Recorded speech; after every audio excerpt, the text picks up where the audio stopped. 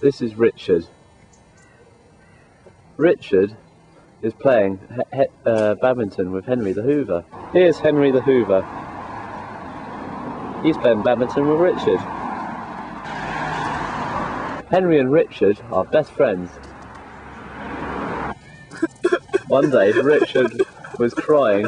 Rich was crying because Henry had got stuck up in the tree.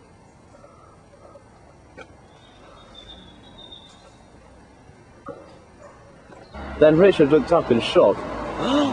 Henry fell out the tree, but managed to grab onto a branch with his... well, he just managed to grab onto a branch.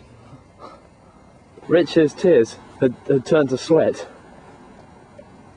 Then little Richie was in shock because Henry had disappeared out of the tree, and he started to panic and started to look around for him. Richie was still looking for him, but then he looked up. Henry had reappeared by the front door, safely at last. Song, fill my ears with the joys of living. Bird song, fill my ears with the song for your lover who sits by your side.